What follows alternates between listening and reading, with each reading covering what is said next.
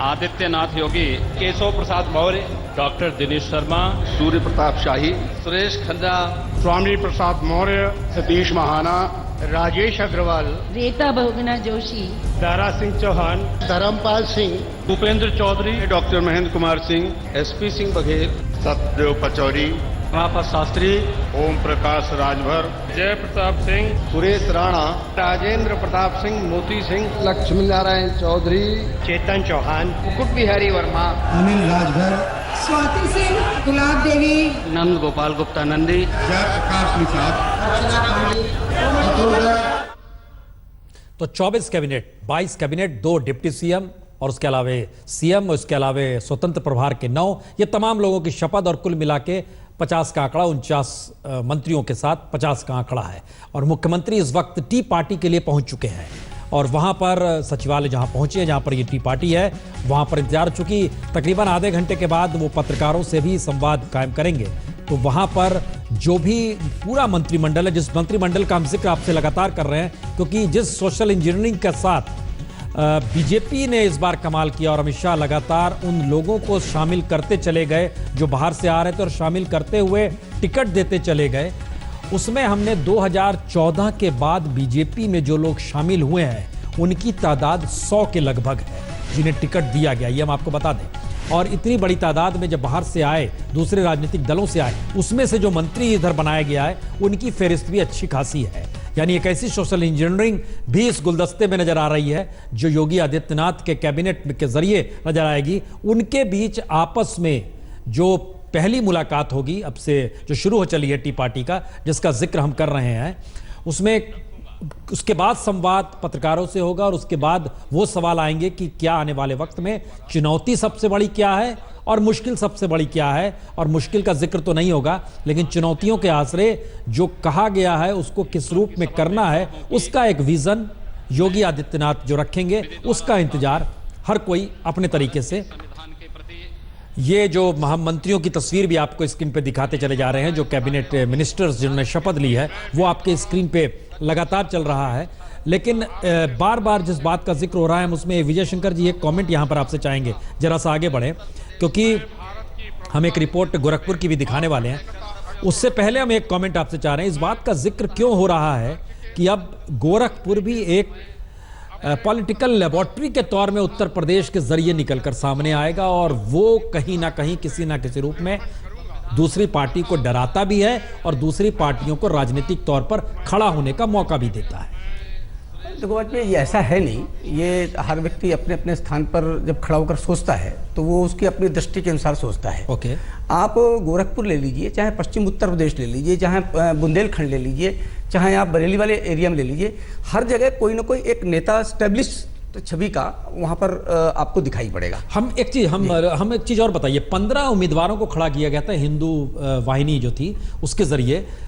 ये मैसेज क्या है? ये चेकमेट का खेल हो रहा है बीजेपी और संघ के बीच में, या फिर एक टेम्पररी अरेंजमेंट है 2019 तक? आपके जहन में ये सवाल आता है? नहीं भाई जी, ऐसा बिल्कुल ध्यान नहीं आता है। और चूंकि संघ का एक मूल चरित्र आपको ध्यान में है, अभी हम एक चर्चा कर रहे थे, आपको सामाजिक समरसता पर चर्चा कर रहे थे, सोशल इंजीनियरिंग की चर्चा कर रहे थे, तो हम कई बार अभी उर्वेश जी से चर्चा कर रहे थे, संघ और विश्व हिंदू परिषद जो हमारे संगठन है, इनमें ये सामाजिक समरसता और सोशल इंजीनियरिंग है, ये पहले से ही है, ये काम ही है ये हमारा। कई बार तो हमें पता ही नहीं होता कि हमारे साथ में काम करने वाला 20 साल तक का ये जो व्यक्ति ये किस जाति का है।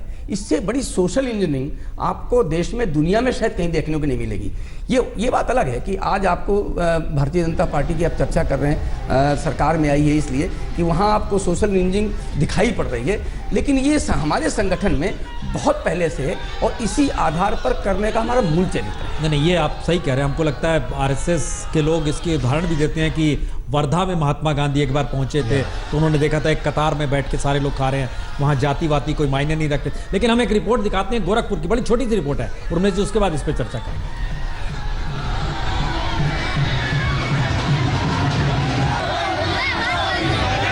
उत्तर प्रदेश के मुख्यमंत्री के तौर पर शपथ ले ली है, उसके बाद गोरखनाथ मंदिर में यहाँ पर देख सकते हैं उनके कई समर्थक यहाँ पर जुट चुके हैं। भाजपा का झंडा इनके हाथ में है और भगवा झंडा भी जो है यहाँ पे लेके आ गए हैं और यहाँ पर नारेबाजी कर रहे हैं और यहाँ पे जो नारेबाजी हो रही है उसको देख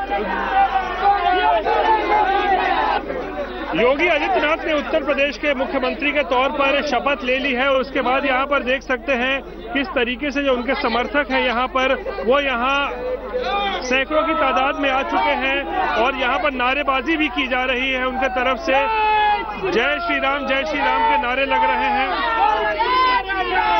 काफी महिलाएं भी यहाँ पर हैं और भाजपा का झंडा यहाँ पर है और भगवा झंडा भी है। कुछ लोगों से बात करते हैं। जी क्या कह रहे हैं? गोरखपुर में रहना है। जय श्री राम। क्या नारेबाजी हो रही है? क्या जय श्री राम का नारा लगेगा भैया और गोरखपुर में रहना है। योगी कहना है उत्तर प्रदेश को बदलना है। ये हमारे महाराज जी हैं, सब उत्तर प्रदेश पूरा देखेंगे और पूरा यूपी में विकास का गंगा बहलाएंगे और हमेशा जय श्री राम का नारा लगेगा। जय श्री राम। आप बताइए, ये नारेबाजी हो रही है, गोरखपुर में रहना है तो क्या है? योगी कहना है। इस समय जो है जो नारेबाजी हो रही है, गोरखपुर ही नहीं पूरे उत्तर प्रदेश में रहना है तो योगी कहना है। और श्री नरेंद्र मोदी जी ने माननीय योगी आदित्यनाथ जी को यहाँ का मुख्यमंत्री बना के पूरे पूर्वांचल को सम्मानित किया है। हम लोगों की गौरव की बात है और हम लोगों को जोश में होश नहीं खोना चाहिए। जैसा कि योगी जी का आदेश है, हम लोग काला जो है नियम कानून में रह के और जो महंत जी हैं उनके आदेशों का पालन करूंगा। चलिए विकास हो। आप बताइए विकास होगा क्या अब योगी जी? सर ये योगी हमारे योगी बाबा सीएम बन गए, बहुत अच्छा है, खुशी की बात है। जय श्री राम। योगी आदित्यनाथ पूर्वांचल के लोकप्रिय, उत्तर प्रदेश के लोकप्रिय सांसद हैं। बड़े खुशी की बात है उत्तर प्रदेश की जनता के लिए कि योगी आदित्यनाथ जी महाराज जी को उत्तर प्रदेश का मुख्यमंत्री बनाया गया है। सबका साथ सबका विकास जो पूज्य महाराज जी ने नारा दिया है वो निश्चित रूप से एक बहुत लंबे समय तक जाएगा।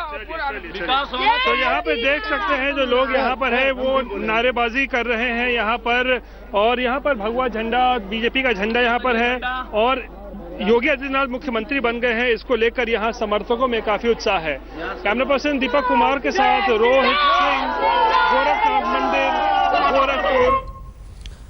ये एक स्थिति हमको लगता है गोरखपुर में अभी जो हम लोग देख पा रहे थे, बच्चे थे, महिलाएं थी, ग्रामीण महिलाएं थी और उत्तर प्रदेश के भीतर में गोरखपुर को कहीं विकास से जोड़ा नहीं जाता है और विकास एक सहन में है क्योंकि प्रधानमंत्री ने अभी ट्वीट भी किया है, उसके जरिए भी मूल मंत्र जो जिक्र आया है वो कहीं ना कहीं विकास की दिशा में। हमारा सवाल ये है कि योगी आदित्यनाथ के सामने वो कौन सा मॉडल है जिसके जरिए वो अब आगे विजन देने वाले हैं? देखिए, आप विकास की बातें हम लोग भी कर रहे हैं, विकास की बातें सब लोग कर रहे हैं सियासत में, लेकिन मुझे लगता है कि आदित्यनाथ जी हों या इस धारा के जितने बड़े नेता हों, सभी के लिए विकास एक यूजर नेम है और पासवर्ड हिंदुत्व है। यूजर नेम विकास है, पासवर्ड हिंदुत्व है और इसी यूजर नेम और पासवर्ड के कॉम्बिनेशन से ये पूरी सियासत का कंप्यूटर खड़ा है। तो मुझे ऐसा लगता है कि 2-3 पॉइंट हम रखना चाहेंगे बहुत संक्षेप जी।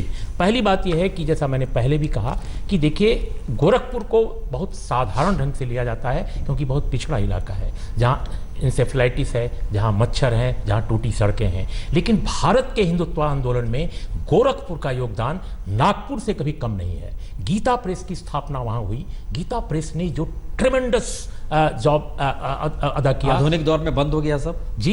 गीता प्रेस आधुनिक दौर में बंद हो गया, बंद हुआ लेकिन फिर से रिवाइव हो रहा है और रिवाइव हुआ है, खड़ा हुआ है। उसका प्रोजेक्ट आप देखिए, जो प्रोजेक्ट वहाँ के कर्मचारियों और उसने यू आर राइट, और कल्याण पत्रिका से लेकर तमाम पत्र पत्रिकाएं, धार्मिक ग्रंथों का पुनर्प्रकाशन वगैरह सब जारी है। तो मेरा ये कहना है कि ऐसे इस रोल को देखिए। गोरखनाथ मठ जो नाथ संप्रदाय का 11वीं शताब्दी का वह मठ, जो शैव धारा का ऐसा मठ है जो गरीबों का समावेशी समाज का समावेशी धारा का रहा है, लेकिन उसको दिग्विजय नाथ के दौर में उसको बिल्कुल हिंदूवादी बना दिया आप जब गया। ये बात बोल रहे हैं उर्मिला जी, एक मिनट, हम इस बात को, हमको जरा सा इस पे ये कहना है, विश्व हिंदू परिषद के हमारे सामने आपके लिए कितना मायने रखता है जब ये बात आती है कि इसका एक अतीत है, हिंदुत्व के साथ जोड़ना ही पड़ेगा, इस छवि को लाना ही नहीं, जुड़ा पड़ेगा? नहीं रहा है, वही मैं एक सेकंड में कह लूं अपनी बात, एक हाँ। मिनट, एक सेकंड। देखिए, आपको बहुत दिलचस्प ये कहानी बताता हूं कि कभी भी आरएसएस धारा से यह जो मठ है नहीं जुड़ा, हिंदू महासभा से जुड़ा रहा है। पहली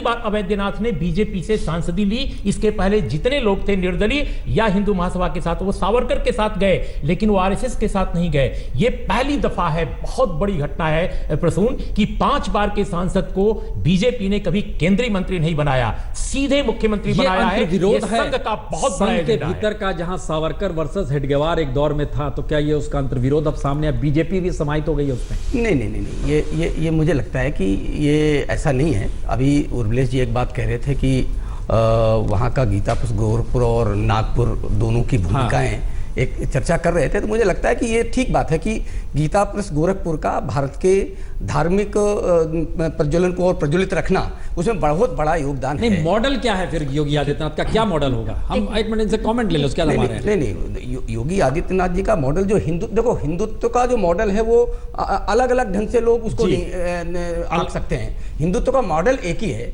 और उसी बात को आप अपने ढंग से कह सकते हैं, उसी बात को हम अपने ढंग से कह सकते हैं। आपके जहन में आता है कोई मॉडल? हाँ, क्या मॉडल होगा? बहुत ही छोटे स्तर पर आ रहा है, रामकृष्ण मिशन। वो लोग अपने आप को इस वक्त अल्पसंख्यक कह रहे हैं क्योंकि उनको कोर्ट से इजाजत नहीं मिली अपने आप को हिंदू कहने की। रामकृष्ण मिशन जो किस किस्म के काम करते हैं, तो वो कभी भी स्वार्थ का काम नहीं है, वहाँ पे कोई पैसा नहीं बनाता, लेकिन वो बहुत छोटे स्केल पर है। लेकिन मैंने ये देखा है कि उनके जो भिक्षु हैं, उनके जो भगवाधारी हैं, वो इसी समर्पण से काम करते हैं और वो कतई बेईमानी कन्वर्ट होते हुए देख रहे हैं। देखिए, पॉलिटिकल मॉडल ये है कि उन्होंने अपने आप को पॉलिटिक्स से बचाए रखा है, लेकिन सबको बांग्ला भाषा सीखनी पड़ती है, बेशक आप गुजरात से आए।